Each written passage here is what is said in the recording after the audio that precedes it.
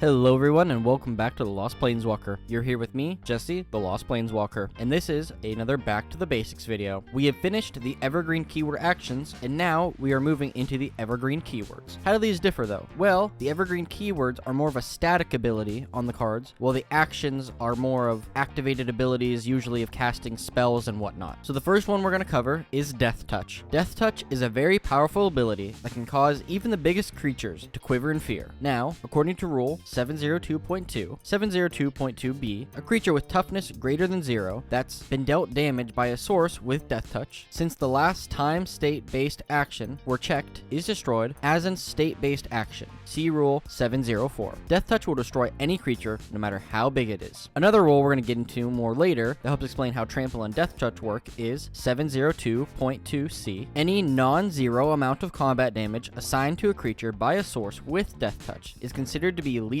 damage for the purposes of determining if a proposed combat damage is assigned is valid, regardless of the creature's toughness. See rule 510.1c-d. Let's get into it to see some of these Deathtouch cards.